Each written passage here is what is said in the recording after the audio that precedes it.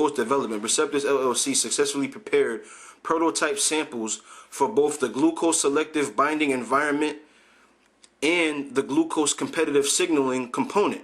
So it says this, glucose selective binding, which means that that chip is going to bind with your chemical makeup.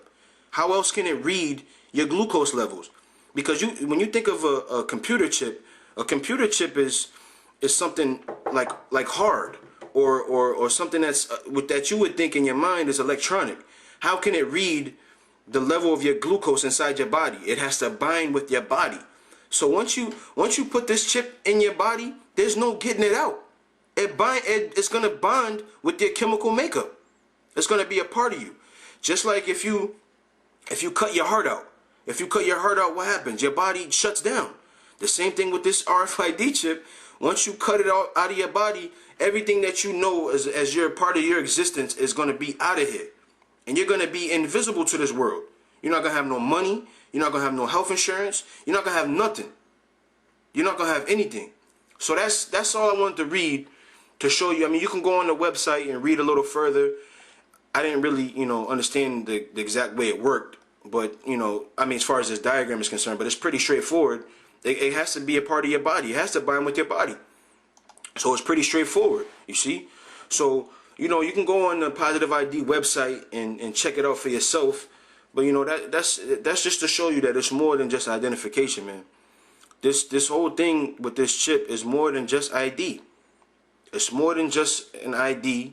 It's more than a tracking device. It's more than that. It's the mark of the beast, like the scriptures say it is. You see? But like I said, they don't teach to teach truth. They teach to teach contrary to what we're teaching. You see? And like the scriptures say, you're not supposed to teach in envy and in vain glory. They want to be on a certain level so bad that they don't even check things out. It's just whatever we say, it got to be the opposite of that, because GMS said it. It got to be the opposite, and that's a wicked spirit to have on you, man. To teach in envy. I don't like to use the word jealousy, because the Most High has a jealous power over His people. They're not jealous of us. They're envious of us, because the Most High is working through this label that we put on ourselves, GMS. It's just a name, man. It's just a name. It's really what we the umbrella we under is Yahweh Shai. Yahweh Ba'ashem Yahweh Shai. That's the real umbrella that we under. And we just just simple men trying to push the word, man. But they, like I said, they want to be contrary to us. They want to do or say the exact opposite of what we're saying, no matter what it is we're saying.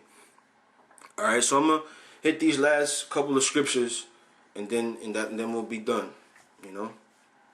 So I'm gonna go back to this right here. It's this is Colossians 4 and 5.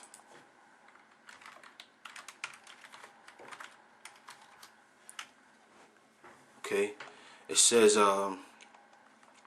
walk in wisdom toward them that are without, redeeming the time. There goes that, redeeming the time again. You gotta know what time we're in.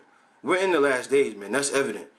And in these last days, the Most High told us that there was going to be some form of a mark that was going to be put in our bodies. So it's your duty as a man of the Lord to figure out what that is.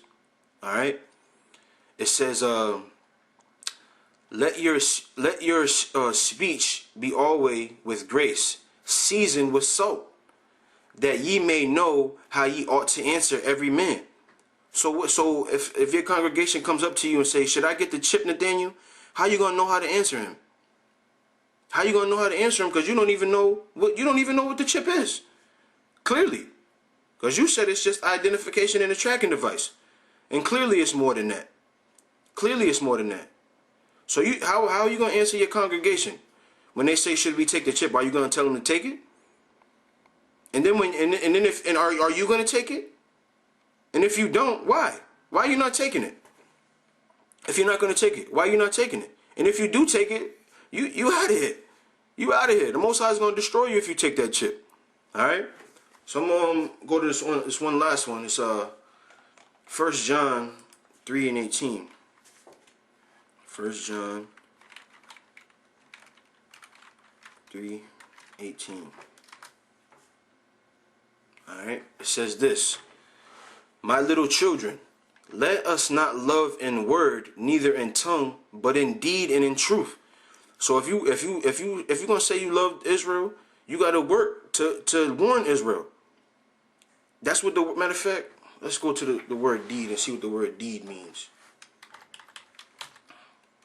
All right.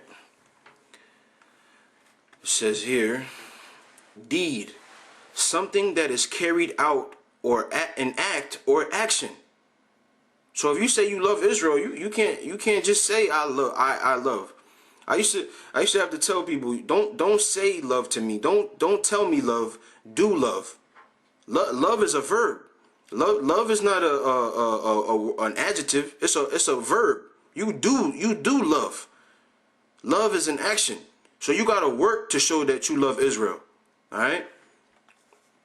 I'll finish reading the definition. It says a usually praiseworthy act. A praiseworthy act. An act that's worthy for someone to say, you know what, that man is doing his job, man. I know that this man is a man of the Lord. Like me, and I'm sure I can speak for the rest of the brothers that are out here in these camps that are underneath GMS. We know without a shadow of a doubt that Elder Tahar loves Israel. That Elder Gabar and the rest of the elders, or Elder Ramlab, Elder Bakar, on down, they love Israel because they work. They constantly in these scriptures